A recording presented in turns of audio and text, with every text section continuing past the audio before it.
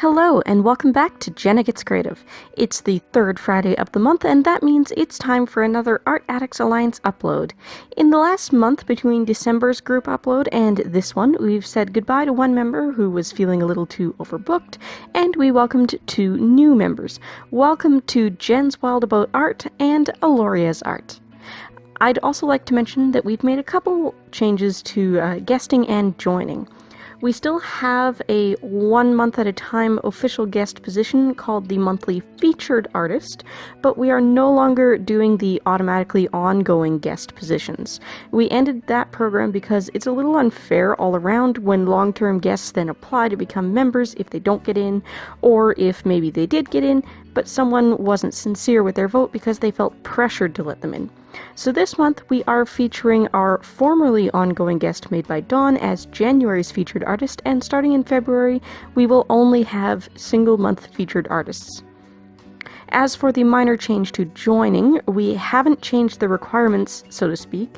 You're still welcome to apply to join if you're an active YouTube channel with an art focus and at least 100 subscribers, but now we may ask you to more formally audition.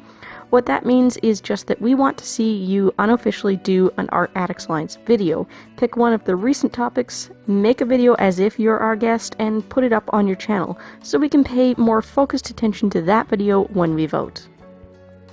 This month's theme is Nature's Elements, and I can't wait to see how everyone interpreted this one.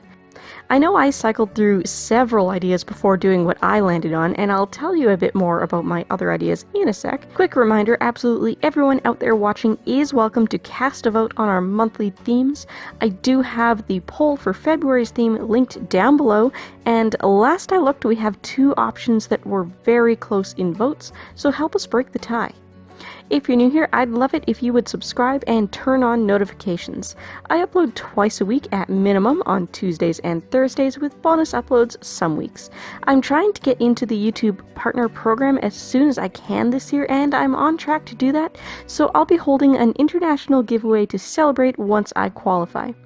If you want to be eligible to enter that and hear more about it when I have more details to share, make sure you're subscribed.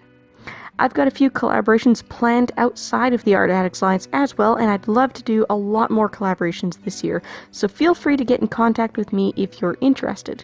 Direct messages or private messages, whatever you prefer to call them, over on Instagram or Twitter are probably the easiest way to catch me. All my links are in the description box as always. If you like this video, don't forget to hit like and leave a comment down below. And since this is an Art Addicts Alliance video, be sure to check out the other member channels and watch their videos as well. I don't think we have all 11 actually participating this month. We've got some members busy with art shows in the real world this month, and our newest member was welcomed way too close to this upload date, but there should be at least 6 other videos for you to go watch. If you're here for the first time from one of their videos, thanks so much for clicking through. Welcome, hope you'll stick around. So my first thought when I heard Nature's Elements was, of course, the classical elements of water, wind, earth, and fire. I'm going to be very surprised if no one went with that angle. I'm a huge bookworm, and one of my favorite fantasy genre authors is Mercedes Lackey.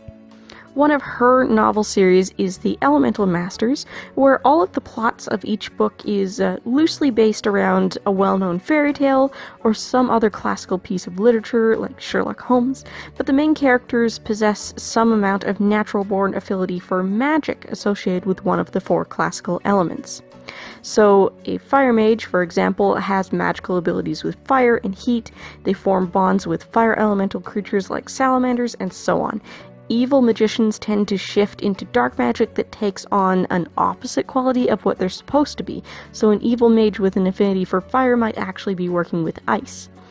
Well, I've always been really inspired by the cover art done for those novels, and I found out that pretty much every single book cover out there for Mercedes Lackey, regardless of series, is done by the same artist, Jody A. Lee. For this piece, I originally wanted to do a 4-corner collage of all the different types of elemental creatures featured in the books, putting the different elements into their own quarters of the image. I considered putting the sometimes used 5th element of ether in a circle in the center as well. In Mercedes Lackey's books, the colors that represent each element aren't completely logical to me, and I think that's just because air magic has a color. The magicians and mages can see colors of magic around them, so she had to give air magic a color to be seen. What color is air? She picked blue. But wait, shouldn't water be blue? Nope, it's green. But wait, shouldn't earth be green? Nope, it's a golden yellow. But yes, fire is indeed red. And in other fantasy books I've read that use ether tends to be purple. So those would have been the colors I would have emphasized if I'd done that collage piece. Why didn't I do that piece? I quickly realized that a lot of these creatures were just tiny humans, and I wasn't in the mood to figure out how to make each type look distinct and unique enough from the rest. Maybe someday. So after abandoning that idea, I thought, well, I still like the collage idea. What else could I do if not the creatures from Mercedes Lackey's books? Well, Pokemon kind of fit. So I mocked up a plan for a collage with a circle in the center that was going to be the type icons to represent the 4 elements, and then I was going to have various Pokemon of those types spreading out from the circle in their respective corners. So fire was of course going to be fire types, obviously, and water would be water, but then what was I going to pick for earth? There's grass, bug, rock, ground. Why are those different? And it feels like there are more new types every time I look. Grass fit best because of the green color, since water would now once again be blue, and it was broader than bug. But what about air? I could go with flying types, but most flying types are dual typed, and if I like them enough to be in the collage, they were probably already in fire, let's be honest. Maybe electric because of lightning, maybe normal because they've got that colorless icon. What a mess to puzzle out. So I thought again, thinking, I really need to narrow this down. Evolutions. I love my evolutions, and since Eevee currently has 8 evolutions, that splits nicely into quadrants. Thought of doing neutral little Eevee in the center circle and 2 of her evolutions in each corner, representing the elements. Water was easiest since that would obviously be Vaporeon and Glaceon. Obviously, Leafeon had to be Earth, and Flareon had to be Fire. Other than that, it wasn't totally obvious what to do with the rest. I ended up slotting Jolteon into Fire with Flareon, Umbreon into Earth with Leafeon, and I put Sylveon and Espeon in Air. I can hear it now. Why didn't you do it, Jenna? That sounds cool. You like Pokemon, and yes, very true. But remember how I mentioned some small changes to Art Addicts Alliance at the beginning? Well, we've been doing a lot of talking, and it's become clear that we are a group somewhat divided in opinion on fan art. Some members would rather our collaboration pieces stay completely original and not feature characters that belong to something else.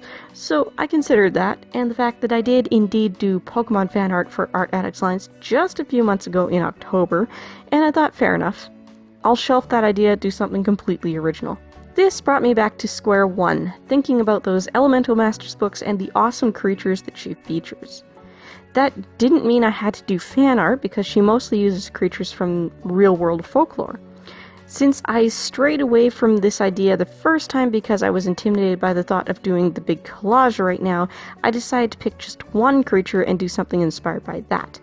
If you've been around here much, you probably know I like horses. And if you're also a fan of Mercedes Lackey, or just a nerd, which I am also, then you've probably heard of a creature called the Kelpie. Originating in Celtic legend, Kelpie are shape-shifting water spirits that take on the form of either a horse or a woman and use their appearance to lure their victims into bodies of water where they inevitably drown. Kelpies have been associated with most bodies of water in Scotland, including Loch Ness itself, and many other European countries have similar mythical creatures. Scandinavian countries have the Bakahast or Beckhest, which translates to brook horse. Germany and nearby countries have the Nixie, and Japan has the Kappa. The Kelpie should not be confused with the Selkie, which are seal-human shapeshifters from Celtic legend, or the Hippocampus, which is the equine equivalent of a mermaid from Greek mythology. To represent the Kelpie, I decided to fill a horsehead silhouette with watercolors using the Galaxy technique for blending watercolors in a wet-into-wet technique. The paper I'm using is B Paper Company 100% rag cotton cold press watercolor paper, and the watercolors are Marabu Graphix Aqua watercolor inks. These watercolor inks don't lift like traditional watercolors do, and I accidentally deposited something else when I tried with an apparently dirty brush, so I cleaned up the edges by laying down an entire background layer of opaque white Indian ink from Winsor & Newton. When all that was dry, I created an interesting outline of varying line weight using a Sakura Pigma Micron brush pen and tidied that up with another Micron fineliner pen. All of the supplies I used are completely lightfast and archival, so I absolutely could display or sell this original piece, and it would look exactly like this a decade from now, but I did this design with prints and printed merchandise in mind. I like putting up simpler designs like this on print-on-demand sites like Redbubble because I like the way they turn out on clothing, bags, and other things like that. Thanks so much for watching. Check out the other Art Addicts Alliance member channels if you haven't already, and I'll see you again on Tuesday. Bye guys!